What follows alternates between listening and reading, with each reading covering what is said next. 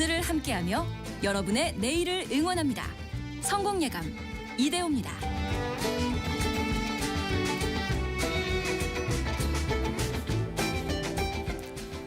성공예감 이대호입니다. 2부 예문이 열렸습니다. 11월 3일 월요일 오전 10시 5분. 자, 2부까지 함께해 주셔서 감사합니다.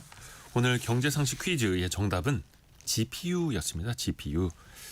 원래는 그래픽 처리 장치 이렇게 불렸었는데 이제는 그래픽이라기보다는 생성형 AI를 위한 병렬 연산을 엄청나게 도와주는 AI 시대의 정말 핵심으로 꼽히죠. CPU가 두뇌라면 GPU는 뭐라고 표현을 해야 될까요? 심장? 2개의 심장? 뭐 15개의 심장? 이제 우리나라는 한 26만 개 엔비디아 GPU를 추가로 이제 확보하게 돼서 세계 3위 수준의 뭐 GPU 보유 뭐 이렇게도 된다고는 하는데요.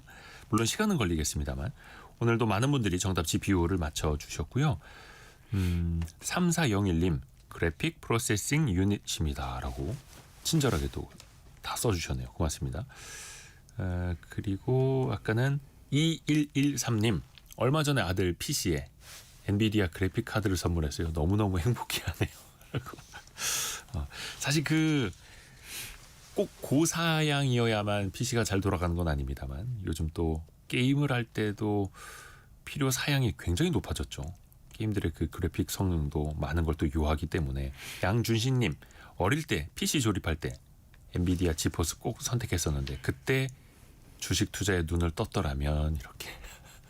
그래서 이번에 젠슨 왕이 많은 사람들 만났을 때 한국 사람들이 내가 엔비디아 주주입니다. 투자했어요라고 이야기 정말 많이 하더라고요. 그러니까 젠슨 왕이 몇 년도에 샀는데요. 얼마에 샀어요? 막 이런 것도 물어보고. 방현애님 남편이 새로운 직장을 찾아서 밖으로 나갔는데 오늘은 좋은 소식을 안고 집으로 왔으면 좋겠어요. 추운 날씨 밖에서 헤매지 말고 집으로 일찍 왔으면 해요 라고 보내주셨는데요. 저희도 따뜻한 박수 보내드리겠습니다. 화이팅 하시죠.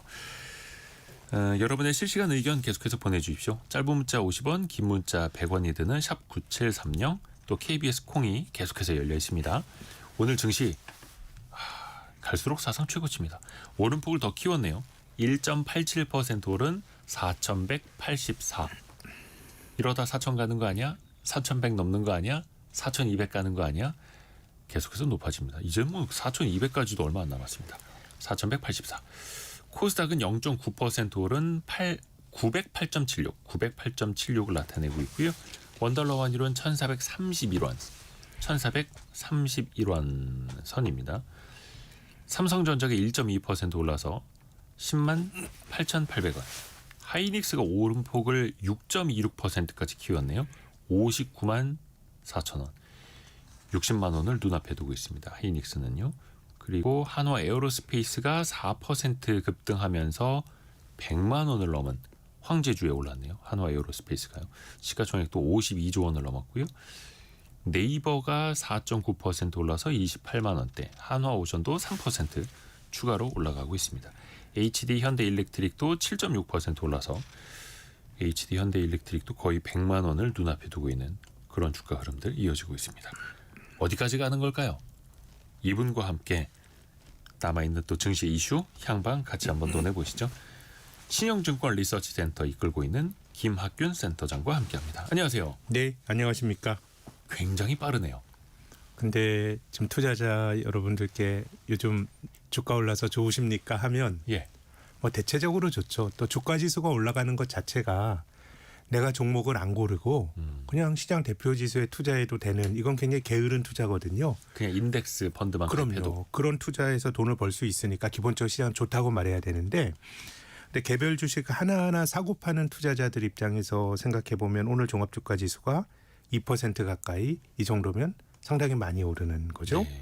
근데 오른 종목 368개, 떨어진 종목 514개. 떨어진 종목이 더 많아요. 이런 계속 그래요. 지금 삼성전자나 SK 하이닉스나 이런 류의 주식들의 이제 주가가 올라갈 때는 상당수 종목들이 소외되는 현상들이 나타났는데 지금도 제 생각에는 좀 그런 상황들이 이제 벌어지고 있는 거 아닌가 생각이 듭니다. 그래서 종목 하나하나 보면 한 2달 반이 좀 힘들어졌던 것 같고 그리고 요즘 그 언론 지상의 기사를 보면 머니무브가 시작됐다. 머니무브. 고객 예탁금이 주가가 오르기 전인 3월 말에 한 58조 원 하다가 지금 85조 원이 됐거든요.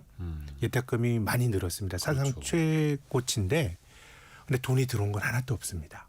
왜냐하면 개인 투자가들이 주식을 팔면 그 돈이 계좌 안으로 들어오잖아요. 예탁금으로 잡히는. 예, 돈을 안 빼가면. 그래서 지금 그 고객 예탁금이 늘어난 거는 개인 투자가들의 매수 매도와 뭐 신용이나 미수 이런 걸로 이제 계산을 해보면 오히려 지난 4월 이후로 주가가 돈이 한 7천억 원 정도 빠져나간 걸로 나옵니다. 그러니까 이제 머니무브는 없는 거고. 그래서 아직도요. 예, 저는 이렇게 생각하셔야 될 것 같아요. 그래서 지금 시장이 7개월이 안 되는 동안에 코스피가 70% 넘게 급등했습니다. 예. 이거 뭐 알 수도 없었고 이걸 뭐 장을 좋게 보더라도 이렇게 오를 거라는 거를 사람들이 계산할 수가 없어요. 오를 때나 떨어질 때나. 그럼 이제 지금 나타나는 강세장은 뭐 4월, 5월, 6월에 용케 주식을 산 분도 당연히 계시겠죠. 아무리 어려운 장에서도 2배, 3배 버는 사람들이 있어요. 뭐 근데 이제 그런 거 굉장히 예외적으로 봐야 되는데 지금 새 돈이 안 들어온 거를 생각을 해보면은 지금의 이제 강세장은 그냥 기존에 주식 갖고 있었던 사람이 일부는 좀 이제 손해를 봤다가 플러스가 되고 뭐 대표적으로 삼성전자잖아요. 네. 지금 삼성전자가 독주를 하고 있는데 한 2-3달 전만 한번 보세요. 삼성전자 주식 들고 있는 게 굉장히 바보처럼 고통스럽죠. 느껴졌잖아요. 예. 이게 다 돌고 도는 거라고 생각을 하셔야 되고요. 그리고 주식시장에서는 기본적으로 저는 이제 굉장히 장기적으로 주가가 올라가는 그런 어떤 여정에 한국 시장이 들어와 있다고 생각하는데 그 과정이 이게 고속도로는 아닐 거라고 봅니다. 우리 주가 지수가 처음으로 1000포인트 갔던 게 1989년입니다. 3월 말에 갔어요. 1000에서 2000포인트까지 100% 오르는 게 2007년입니다. 18년 걸렸죠. 네.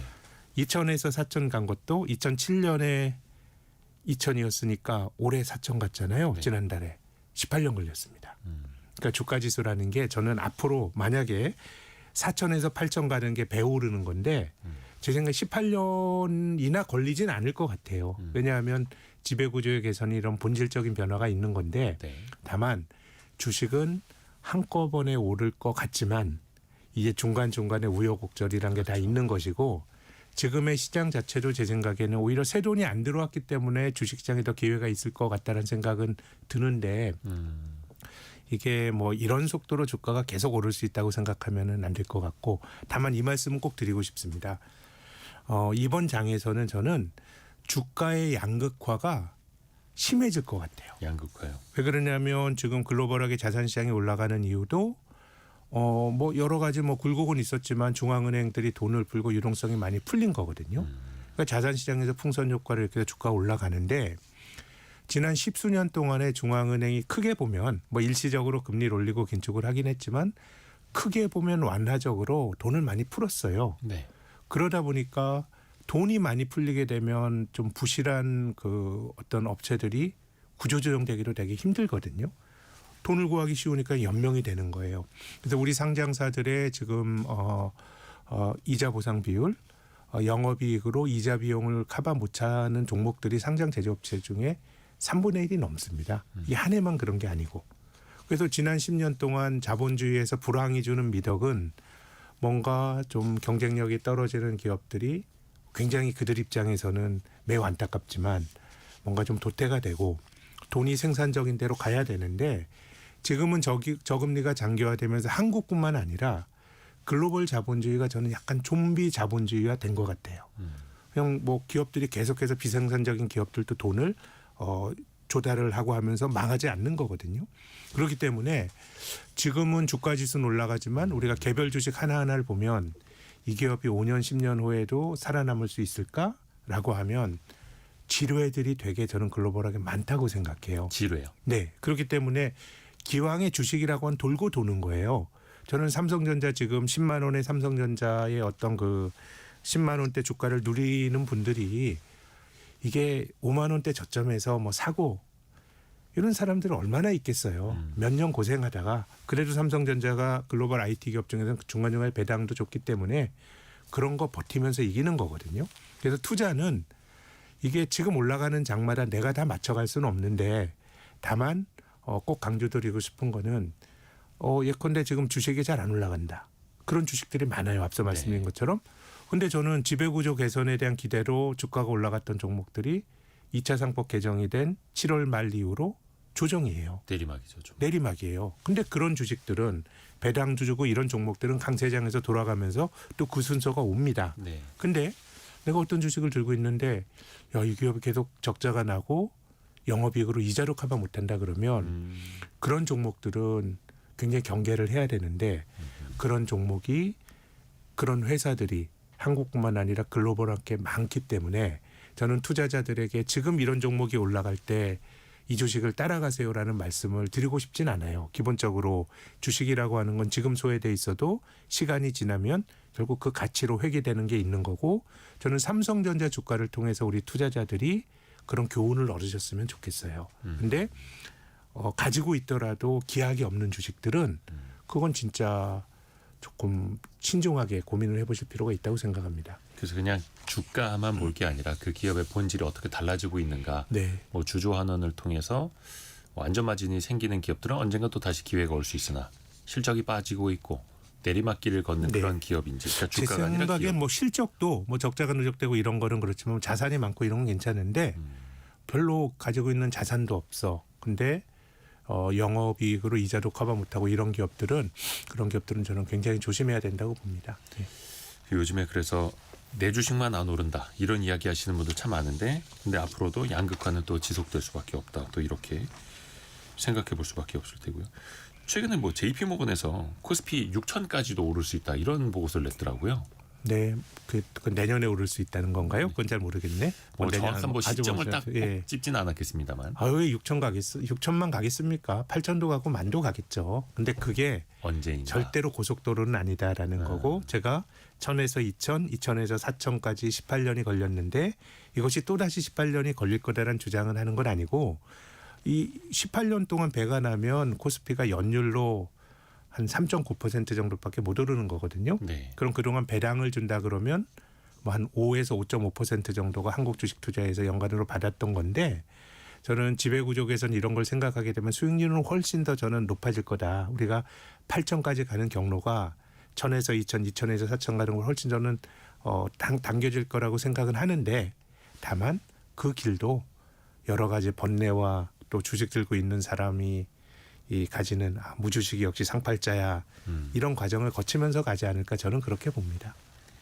그렇죠. 항상 고속도로처럼 내달릴 수도 없고 올해가 굉장히 또 이례적인 상황이기도 또 올해 하고요. 종합주가지수가 12월까지 어떻게 될지 모르겠지만 지난 주말까지 71% 연간으로 네. 올랐습니다. 이게 우리나라 종합주가지수가 지금과 같이 산정이 된 80년 이후로 보면 역대 네 번째로 높은 수준입니다. 예. 그리고 지난달에만 한 20% 올랐으니까 19.9%인가요? 네. 엄청나게 주가지수가 뭐 그렇게 오른다는 건 참 2001년 이후 한 달 만에 제일 많이 오른 거더라고요. 그렇군요. 네. 2001년이면 우리가 IT 버블 꺼지고 나서 좀 반등할 때 뭐 주가지수가 한 500에서 한 700 사이 왔다 갔다 할 때 같네요. 네. 정책적인 거 몇 가지 또 이야기를 한번 해볼게요. 지금 배당소득 분리과세 어떻게 되는 건가 많은 분들이 이제 주목을 하고 있는데 국회에서 이제 본격적으로 예산 심사에 들어갔고 거기에 부수 법안인 세제 개편안 같이 이제 처리를 하는 거잖아요. 핵심은 그거죠. 배당소득 그 최고 세율을 35%로 할 거냐 25%로 할 거냐. 시장에서 이거 영향 많이 받을까요? 어떻게 요즘은 보세요? 30% 얘기도 나오던데요. 중간으로? 예, 중간으로. 근데 몇몇 국회의원들이 발의한 안이 25%고 네. 지금 기재부인가요? 기재부가 그 몇 달 전에 얘기했던 게 35%죠. 근데 이제 지금 시장의 기대는 한 25% 정도가 기대인 것 같아요. 왜냐하면 뭐 주식 투자하는 사람들이야 뭐 자기 중심으로 생각하는 거잖아요. 네. 그리고 또 배당소득 분리과세 최고소득세율 25%가 대만이 그렇게 하고 있기도 합니다. 그래서 이제 그런 기대가 형성돼 있는데 저는 이 말씀을 좀 드리고 싶어요. 세율을 25%로 예컨대 시장의 기대치대로 낮추는 거에 대해서 반대하는 입장. 이제 일부 정치인분들은 아니 배당 나눠줘 봐야 네. 부자들이 더 많이 가져간다. 상위 1%가 많이 가져간다. 근데 그 말도 맞습니다. 근데 주식이라고 하는 거는 이거는 그 지분율대로 발언권이 높은 거예요. 우리가 뭐 민주주의야 뭐 돈이 많으나 적으나 배움이 많으나 적으나 1인 1표지만 이건 일주일표예요. 근데 저는 많이 가져간다고 건데 그걸 전제로 하고 말씀을 드려보겠습니다. 작년에 우리나라 상장사들의 현금 배당 지급액이 43조 원이었습니다. 뭐 상위 1%가 한 70조 원 정도 가져간다고 한번 가정을 해볼까요? 그러면은 한 13, 4조 정도는 그냥 상위 1% 말고도 가겠죠. 물론 1%, 10%가 더 많이 가져가고 이런 생리는 있는 거지만 네. 근데 우리 정부가 이제 이재명 정부 들어와서 소비 쿠폰 풀러서 소비가 일시적으로 또 반등하게 돼 그게 한 13조 2천억 원 정도 들어갔습니다. 네. 그러면 1% 이게 아니더라도 매년 소비 쿠폰이 풀리는 효과가 어쨌든 총량적으로 가요. 부자를 제외하더라도. 배당이 늘어나면. 네. 근데 우리나라 배당 성향이 낮죠. 지금 뭐 대만이나 일본이나 중국보다도 심지어 낮거든요. 거의 뭐 주요 증시장의 꼴찌 수준이죠. 예. 그렇다 그러면 저는 이게 우리가 소비 쿠폰을 풀었을 때 굉장히 뭐 저는 지금의 어떤 내수의 어떤 취약감을 생각하면 이게 이제 응급 처방이다라고 생각을 합니다. 뭐 그런 것들을 할 수도 있다고 보지만은 이걸 지속 가능한 정책이라고 말할 수는 없죠.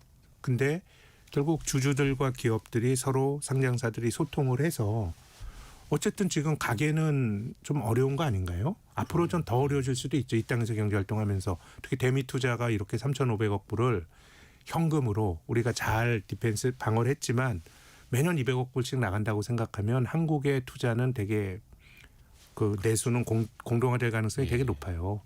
그러면 이런 긍정적인 효과를 저는 생각해야 된다고 봅니다. 또 다시 한번 강조하지만 주식시장은 일주일표니까 기본적으로 그걸 부정하려고 하는 것보다 그 결국은 대주주와 기타 주주들의 이해관계를 좀 같이 좀 일치시켜주고 이런 쪽의 방향이 맞는 건데 많이 가진 주식을 많이 가져가는 사람들이 많이 받는다는 쪽으로 생각을 하게 되면 주식시장에선 저는 좀 선순환이 나오기가 좀 어려운 것 같아요. 일단 그 생리는 인정해야 되는데 그걸 제외하고 보더라도 뭔가 좋아질 포텐셜이 기회가 여지가 큰 거고 저는 일본이 여러 가지 지배구조 개혁을 했던 것도 저는 그런 이유가 있다고 봅니다.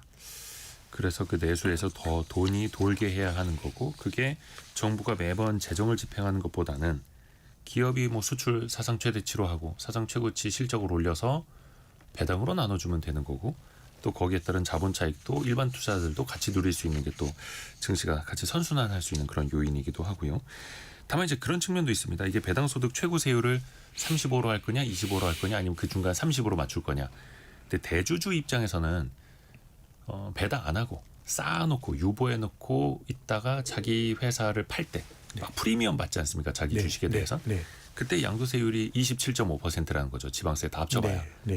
근데 예를 들어서 배당소득세 30%, 지방세 포함해서 33%가 돼버리면 내가 배당 받는 것보다 나중에 회사에 쌓아놓고 내가 매각하는 게 훨씬 더 유리한데라고 하면서 배당을 늘릴 유인이 안 된다는 거죠. 또 있죠. 근데 실은 뭐 대주주가 경영권 프리미엄을 받고 파는 것도 이것도 대주주만 받는 거는 말이 안 되고 이제 의무 공개 매수 제도가 들어오게 되면 대주주만 그렇게 프리미엄 받는 것도 이제 저는 어려워질 거라고 생각하는데 소위 말하는 대주주 편향된 경영권 프리미엄도 한국 시장에서 자리 잡기는 좀 힘든 건데 그래서 저는 전체적으로 지배주주와 대주주라고 표현하는 지배주주와 소액주주들의 이해관계를 좀 일치시켜 주는 게 주식시장의 생리는 어쨌든 그게 일주일표라고 하는 것을 이렇게 그 어떤 기본적인 전제 조건을 부정하게 되면 뭘 하기가 좀 힘든 것 같은데 그래도 우리나라가 뭐 지금 말씀하신 게 다 맞아요. 주식 많은 사람이 맞아가고 거기에 대해서 반론을 제기하는 게 아니고 그래도 주식하는 사람들 많아졌잖아요. 1,300만 명 되고 저는 올해 말에 주식 투자 인구 계속 보면 한 1,600만 명, 1,500만 명 될 것 같거든요. 그러면 전체적으로 주식이라고 하는 자산 자체에 이해관계가 노출이 된 국민들이 좀 많아지니까 조금 우리가 전향적인 선택을 할 수도 있는 거 아닌가 뭐 그런 생각은 합니다. 그렇죠. 지난 2015년, 2017년에 한시적으로 배당소득 분리과세 물론 여러 가지 조건이 붙긴 했습니다만 그때도 부자 감세라는 논쟁이 엄청 많았거든요. 근데 제 기억에 그때는 우리나라 주식 투자 인구가 500만 명 정도였어요. 지금은 1,500만. 그러니까 한 3배 늘었고 주식 투자를 통해서 또 배당을 통해서 내수도 또 활성화해야 된다라는 게 또 과거랑은 훨씬 더 이제 필요성도 달라진 거죠. 자사주 소각에 대한 이슈도 계속해서 이제 국회에서 논의가 되고 있습니다. 네. 그러니까 미국 같은 경우에는 왜 회사가 자기 돈으로 자기 회사 주식 사면 주가 너무 떨어졌을 때 야 이거는 우리가 딴 데 투자하는 것보다 우리 회사 주식을 사는 게 더 이득이다라고 네. 볼 수 있는 거고 그런데 그와 동시에 자동으로 이제 소각을 네. 하는 게 미국의 암묵적인 룰인데 우리는 그러지 않아서 네. 이게 뭐 그냥 경영권 방어 수단이나 이런 식으로 또 이제 활용이 된다. 이런 비판들이 좀 있지 않았습니까?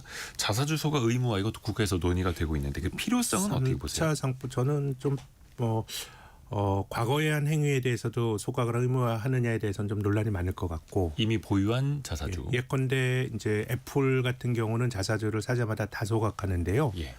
워렌 버핏의 버크셔 해서웨이는 자사주 소각을 안 합니다. 그냥 계속 사나요. 말씀하신 것처럼 기업의 가치가 저평가됐을 때 그 기업을 운영하는 사람들은 내 기업의 가치 내가 가장 잘 확률이 높으니까 가치보다 자기들이 생각하는 내부자들이 생각하는 적정 가치보다 주가가 싸면 자사주를 사는 게 가장 효과적인 투자의 행위입니다. 네. 근데 저는 한국에서는 지금 자사주 소각에 대한 얘기가 나오는 거는 그게 의미가 없는 게 아닌 게 다 경로 의존성을 가집니다. 워렌 버핏의 버크셔 해서웨이가 자사주 소각을 안 했다고 해서 버크셔 해서웨이 주주들이 워렌 버핏에게 너 그 자사주 가지고 꼼수 생각하는 거 아니야? 안 물어보잖아요. 믿음이 그 기본적인 있으니까요. 믿음이 있는 건데 네. 우리는 기업들이 자사주를 가지고 과거에 뭐 인적 분할 과정에서 뭐 자사주의 마법이라 그래서 돈 한 푼 안 들이고 지분율이 뭐 늘어나기도 하고 또 자사주를 자사 회사 돈으로 산 거거든요. 네. 이걸 경영권 방어 수단으로 쓰고 했기 때문에 일종의 한국은 경로 의존성을 갖는 거라고 생각합니다. 그래서 제 생각에는 이게 뭐 어느 정도 강제화가 될지 저는 뭐 어느 게 균형점인지 알지는 못하지만 기본적으로 이 상황은 상장사들이 주주들에게 소명할 책임은 있는 것 같아요. 법제가 어떻게 되든지 간에 자사주 이렇게 들고 있다 왜 들고 있고 이걸 소각을 왜 안 하는 거고 또 어떤 계획을 갖고 있는지에 대해서 소명할 책임은 기본적으로 전 상장사들에게 있다고 생각합니다. 네네. 그러니까 다 소각은 못하더라도 이걸 왜 갖고 있는지 장래에 자사주 가지고 뭘 할 건지를 밝혀라. 뭐 예를 들어서 훌륭한 기업을 내가 M&A 할 건데 네. 돈을 증자를 해서 하는 것보다 우리가 갖고 있는 자사주를 그들에게 주고 그 회사를 인수하면 되는 거 아닙니까? 또 이렇게 할 수도 있으니까 비전을 보여주라라는 거죠. 그렇죠. 거기에 대해서 저는 기본적으로 자사주에 대해서 거기에 대해서 소명할 책임은 법제화를 떠나서 자사주를 들고 있는 기업들에게 있다고 저는 봅니다. 그렇죠. 그리고 또 그거를 주주들이 믿어주느냐 안 믿어주느냐는 그 기업이 과거에 또 해온 걸 보면 알 그렇습니다. 테고요. 네, 저는 그렇게 봅니다.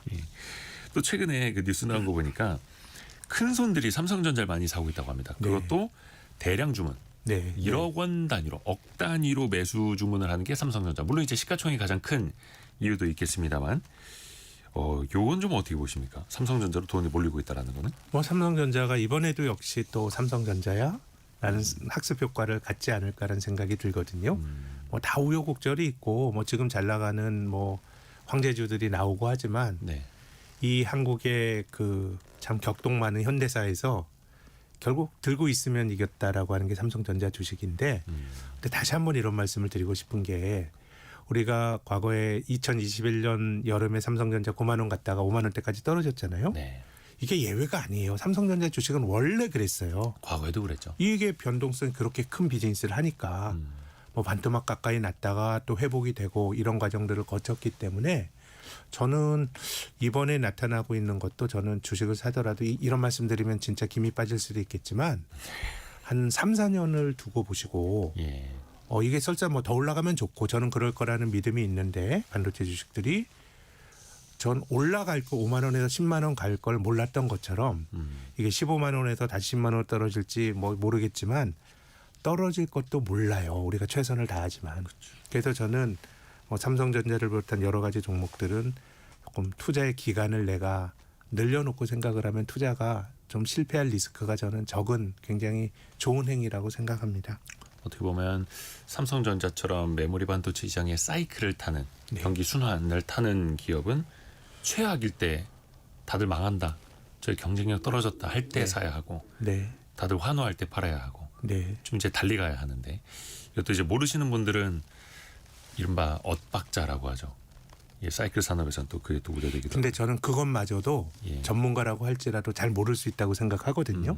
그래서 그런 사이클을 설사 예상치 못한 약세장이 오더라도 그 사이클을 견딜 수 있는 돈의 성격이 절대적으로 중요한 것 같아요. 예. 급한 돈, 뭐 전세금 내줘야 할 거, 네, 그런 걸로 뭐 그런 거는 내년까지 반도체가 좋다니까 이거 한번 사서 벌어보자 이런 투자는 그렇죠. 예, 그거는 우리가 변곡점 맞추지 못해요. 70% 올라온 걸 못 맞췄는데 시장에 있는 사람들이 꺾이는 것도 알 수 있다고 생각하시면 안 돼요. 그렇지만 이런 우여곡절이 있더라도 좋은 기업 그리고 내가 종목을 구하기 뭐 잘 고르기 어렵다 그러면 시장에 투자하는 행위는 결국 보답을 해줬다라는 게 지금 4,000포인트대에서 우리가 모두가 생각해 볼 수 있는 포인트라고 봅니다.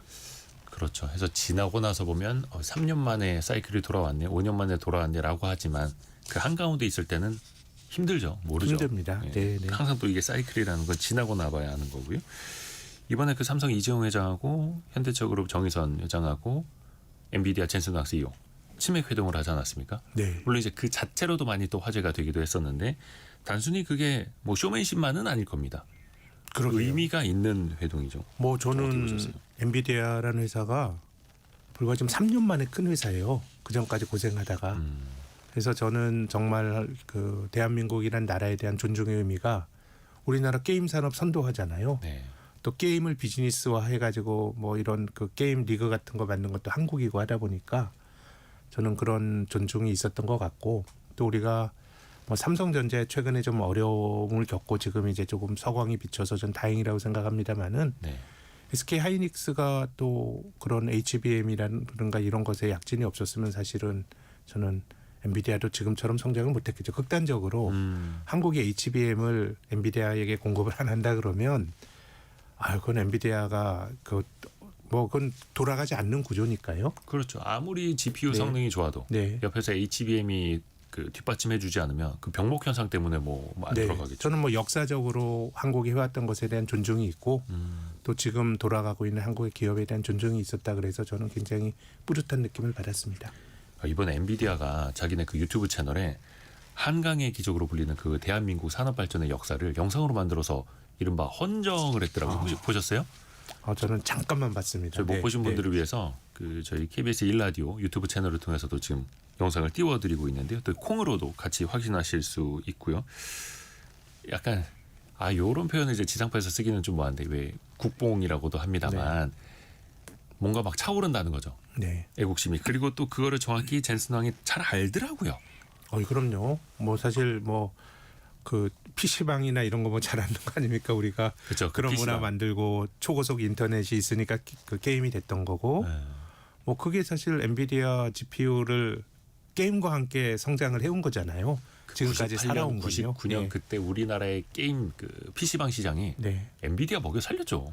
그러니까 뭔가 그 젠슨왕도 한번 걸어온 그 인생을 한번 돌아보면서 뭔가 좀 저는 뭐 이 비즈니스맨들이야 그런 행위들이 어떻게 뭐 계산이 없겠어요. 다전 치밀한 연출이라고 생각하지만 그 한편에는 뭐 연출을 넘어서는 약간의 좀 진정성을 느꼈는데 그 뭐 매우 주관적인 해석이긴 합니다. 저는 그렇게 느꼈습니다. 근데 또 젠슨 왕이 그동안에 뭐 중국이라든지 대만을 여러 차례 방문했던 거에 비하면 한국을 좀 너무 늦게 오기는 했습니다. 그런 면은 네, 있죠. 그런 면은 있죠. 근데 이번에 26만 장의 GPU를 공급한다. 물론 앞에서도 말씀드렸습니다만 우리나라가 또 기업들이 돈 주고 사는 겁니다. 그럼요. 네, 그냥 주는 거 네. 아니고. 그러면 이제 우리나라가 많이 좀 뒤처졌던 특히 이제 AI 서비스 분야에서 따라잡을 수 있을 것인가? 요거는 좀 어떤 과제가 남았다고 보세요? 근데 뭐 이것이 기본 인프라니까 뭐 발판은 뭐 된 것 같고요. 뭐 세계 3대 보유국이라는 거잖아요. 근데 개수로 이제 따지면. 이게 사오는 게 우리 또 젠슨왕과 깜보를 맺었던 대기업 중심으로 이제 집중이 되는 효과가 좀 있는 것 같고 네. 또 이거를 구동하는데 또 전기료도 엄청나게 든다고 하거든요. 그렇죠. 그래서 이제 그 디테일에서는 조금 그런 점들을 뭐 좀 살펴야 될 포인트들도 있는 것 같습니다. 그 26만 장의 GPU 물론 이제 시간은 오래 걸리겠습니다만 데이터 센터를 또 지어야 네. 하는 거고요. 엔비디아 이야기는 저희가 뉴스 한 번 더 정리해 드리고 계속해서 김학균 센터장과 이야기를 이어갈게요. 현재까지 들어와 있는 뉴스도 잠시 정리해 드릴게요. 라디오 정보센터 다녀옵니다. 에이펙 정상회의 관련 일정을 마무리한 이재명 대통령은 오늘 SNS를 통해 이번 회의가 성공적으로 개최될 수 있도록 응원해 주신 우리 국민께 깊은 감사를 전한다면서 대한민국의 위상을 높일 수 있도록 전력을 다하겠다고 밝혔습니다. 코스피가 오늘 개인 매수세에 힘입어 4,160대로 올라서며 장중 사상 최고치를 경신했습니다. 국민연금기금은 지난 6월 말 기준 사상 처음으로 총자산의 절반 이상을 주식에 투자한 것으로 나타났습니다. 미국과 중국이 조선 해운업 분야에 대한 상호 보복 조치를 철회하기로 했다고 미 백악관이 밝혔습니다. 하나오션 미국 자회사 5곳에 대한 중국의 제재 조치도 풀릴 가능성이 높아졌습니다. 마사지 업주 휴대전화에 해킹 앱을 설치해 고객 연락처를 확보한 뒤 마사지 영상을 유포하겠다고 협박해 피해자 60여 명으로부터 약 3억 원을 빼앗은 혐의로 일당 15명이 검거됐습니다. 경찰은 이 가운데 4명을 구속했습니다. 지금까지 라디오 정보센터 뉴스 정원나였습니다. 성공예감 이대호입니다. 10시 36분 현재 함께하고 계시고요. 신영증권 리서치센터장인 김학균 전무와 함께 개미스쿨 이어갑니다. 현재 코스피는 1.88% 오른 4,184, 4,185 가리키고 있고요. 코스닥은 0.94% 오른 908.87. 삼성전자는 거의 10만 9천 원. 하이닉스는 59만 5천 원. 삼성전자는 11만 원, 하이닉스는 거의 60만 원을 바라보면서 엄청나게 달려가고 있습니다. 오늘 또 하이닉스가 6.8%나 오르면서 지수 상승을 또 이끌고 있고요. 다시 아까 우리가 이야기하던 엔비디아 이야기를 좀 해볼게요. 센터장님. 엔비디아 시가총액이 사상 처음으로 지구상에서 처음으로 5조 달러 넘어섰습니다. 우리나라 돈으로 이거 한 7,100조 원 네. 되는 거죠. 그래서 제가 대충 계산해 보니까 코스피 코스닥에 있는 한 2,700개 기업의 시가총액 다 합쳐서 곱하기 2를 해도 될까 말까 하더라고요. 네. 예. 뭐 또 어마어마하죠. 우리 시대에 또 위대한 기업이 우리가 보고 있는 거죠. 예. 근데 이제 투자자 입장에서는 위대한 기업과 또 이 위대한 기업에 지불해야 될 주가가 합당하냐는 또 다른 차원의 문제거든요. 네. 예를 들어서 이 마이크로소프트가 지금 시가총액이 애플보다 조금 낮아졌죠. 한 3위인데 네.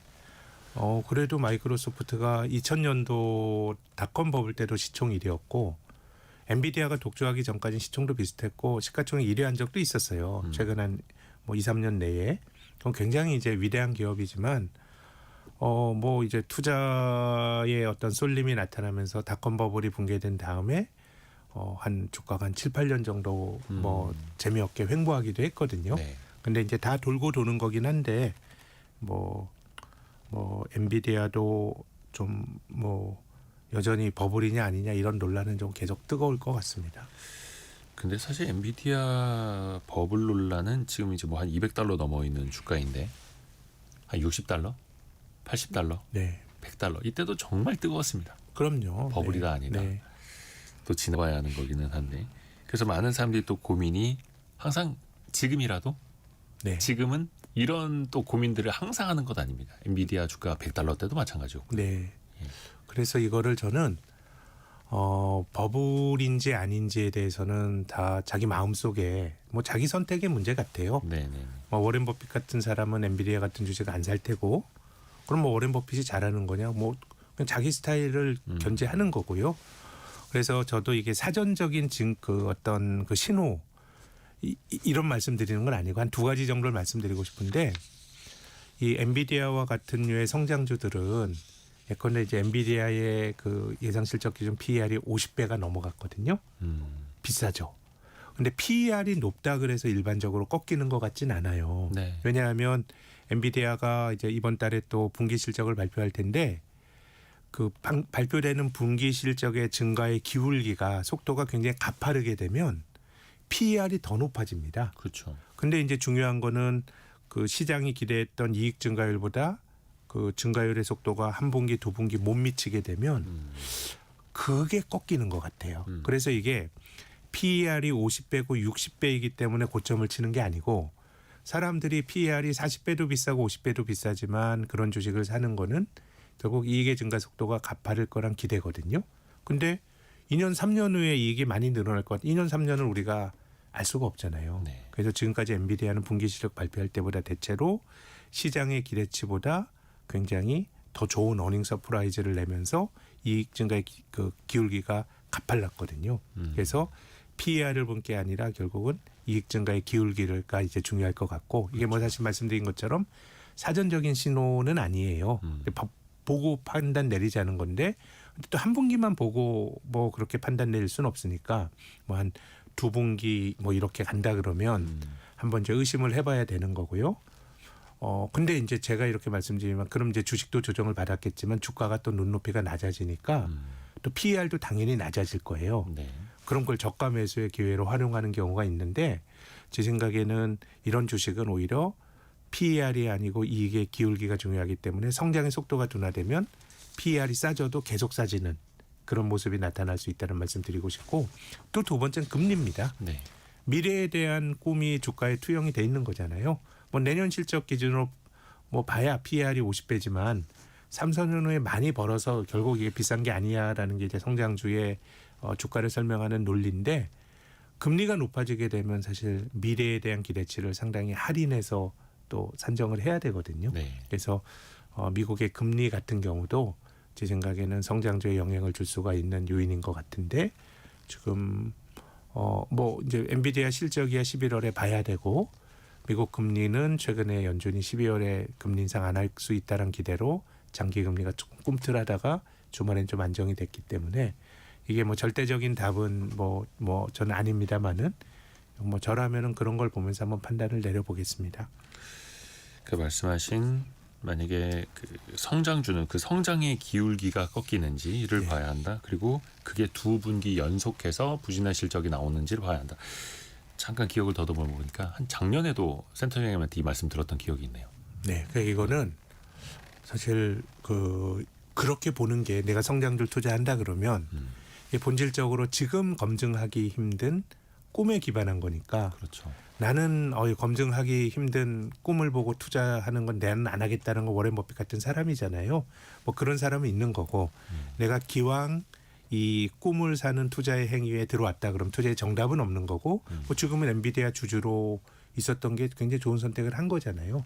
그렇기 때문에 지금은 예단하는 것보다 뭔가 어떤 시그널이 나왔을 때 바꾸는 게 좋은데 근데 그때도 사실 제가 말씀드린 신호가 상당히 사후적이잖아요. 네. 사후적인 신호지만 그때 또 의사결정을 바꾸는 것도 쉽지 않을 거예요.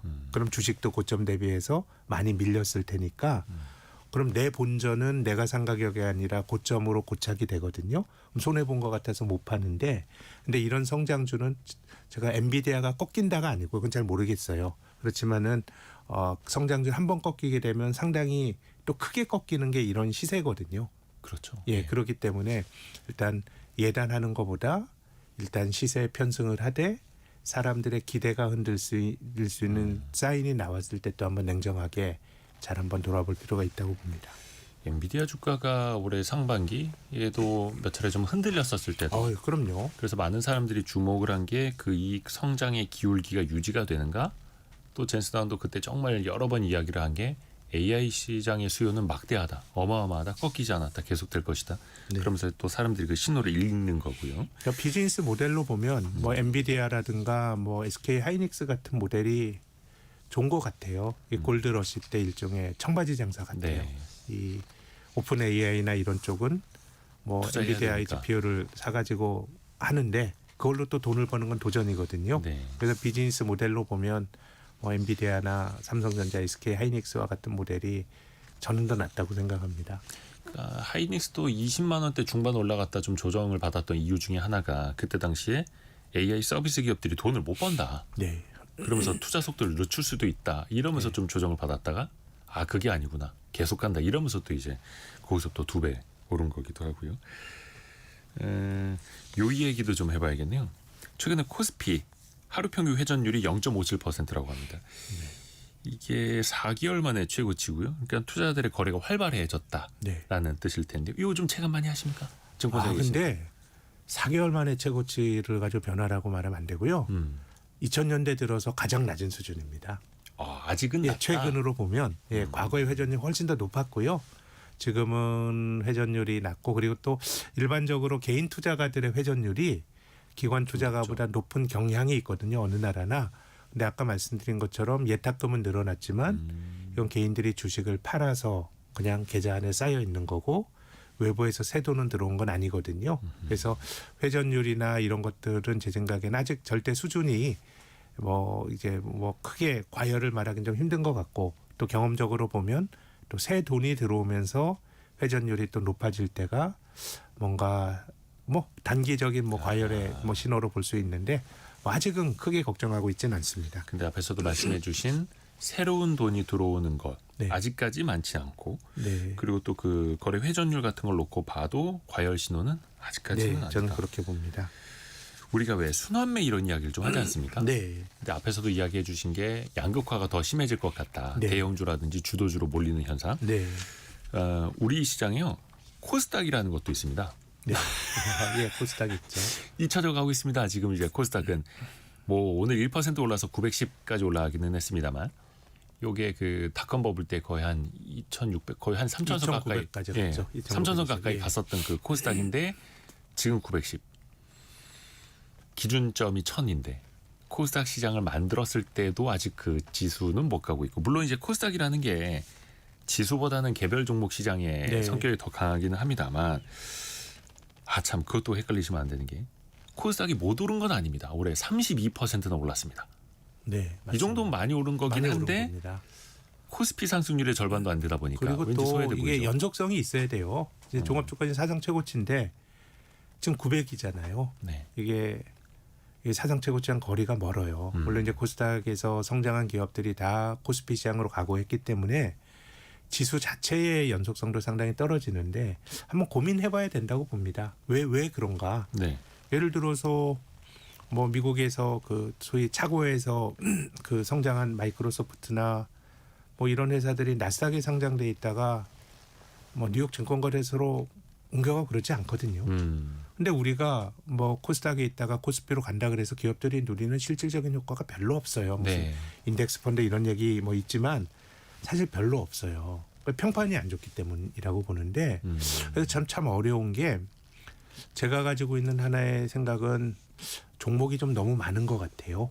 코스닥 네. 코스피가 코스닥보다 더 종목 수가 적습니다. 코스피는 한 800개 조금 넘고 코스닥은 2배가 되거든요. 거의 2배 되죠. 그럼 우리가 벤처를 육성하고 또 기업들에게 자금을 조달해주고 이런 거 굉장히 좀 좋은 가치인데 그럼 한국이 그렇게 기업들이 많을까?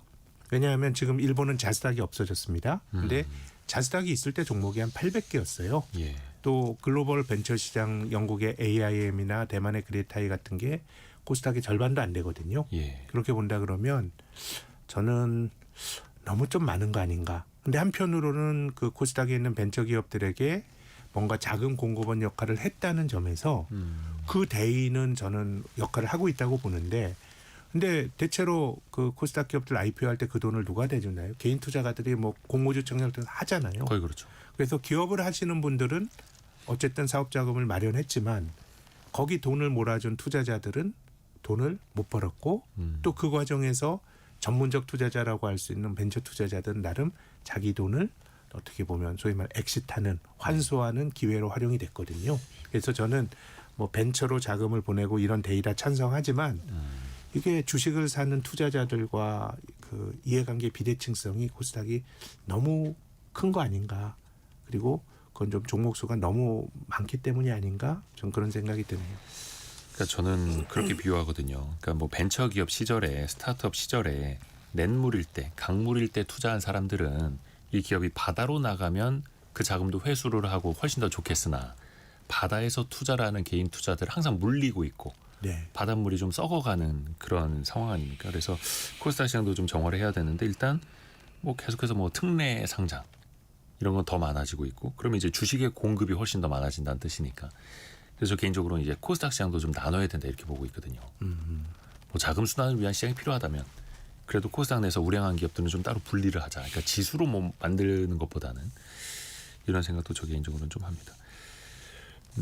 근데 또 그 코스닥 내에서 보면 최근에 2차 전지라든지 바이오라든지 뭐 거의 신고가라든지 크게 또 반등하는 기업들도 있습니다. 네, 사상 최고치는 아니지만 예. 그래도 뭐 한 몇 달 정도로 보면 상당히 많이 뭐 올라간 종목들도 있습니다. 네. 뭐 다행스러운 일인데 근데 시장 전체적으로 보면 참 저 코스닥 전체적으로 붐업되는 게 참 쉽지 않은 일이구나. 요즘도 그런 생각을 계속 하게 되네요. 마지막으로 요거 하나 좀 시간이 많지는 않습니다만 꼭 여쭤봐야 됩니다. 워런 버핏의 버크셔 해서웨이가 최근에 우리 돈으로 546조 원에 이르는 현금을 쥐고 있습니다. 네. 공격적으로 투자하기보다는 현금을. 네. 이건 어떻게 좀 해석을 일단 하세요? 워렌 버핏은 버크셔 해서웨이가 이제 지주회사인데요. 자회사들이 보험회사기 때문에 계속 들어오는 보험료가 현금이 있긴 있죠. 기본적으로 수백 조는 가져가는데 예. 최근에 주식을 순매도했기 때문에 미국 주식 시장이 지금 PER이 S&P 500이 25배 넘어가고 하니까 좀 가치 투자자의 입장에서는 좀 과열이 됐네 이런 생각을 하는 것 같고 그래서 한국도 저는 내재적인 모순은 별로 없는 것 같아요. 뭐 주식 올라봐야 12배인데 만약에 한국이 조정을 받는다 그럼 그 여파는 이제 미국이 밀리면서 그런 글로벌 전염 효과가 한 내년 후년 봤을 때 한국은 이제 올랐지만 미국은 10년 넘게 올랐기 때문에 뭐 그런 것들이 좀 잠재적으로 좀 걱정이 되는 포인트이긴 합니다. 물론 이제 버크셔 해서웨이가 현금을 좀 늘려나간 건 뭐 하루 이틀 이야기는 아니고 네. 최근에 쭉 그런 흐름으로 좀 가기는 했습니다만 앞으로도 이거는 우리가 더 추적 관찰하고 센터장님께도 더 여쭤볼게요. 신영증권 리서치 센터장인 김학균 전무와 함께했습니다. 고맙습니다. 감사합니다. 감사합니다. 심소영희님이 다시 듣고 싶은 주제는 몇 번이고 재청취하면서 제대로 공부하고 있습니다. 이렇게 보내주셨네요. 함께해 주셔서 감사합니다. 저희는 내일 아침 9시 5분에 또 알찬 소식 많이 갖고 오겠습니다. 성공예감은 오늘도 여러분을 응원합니다.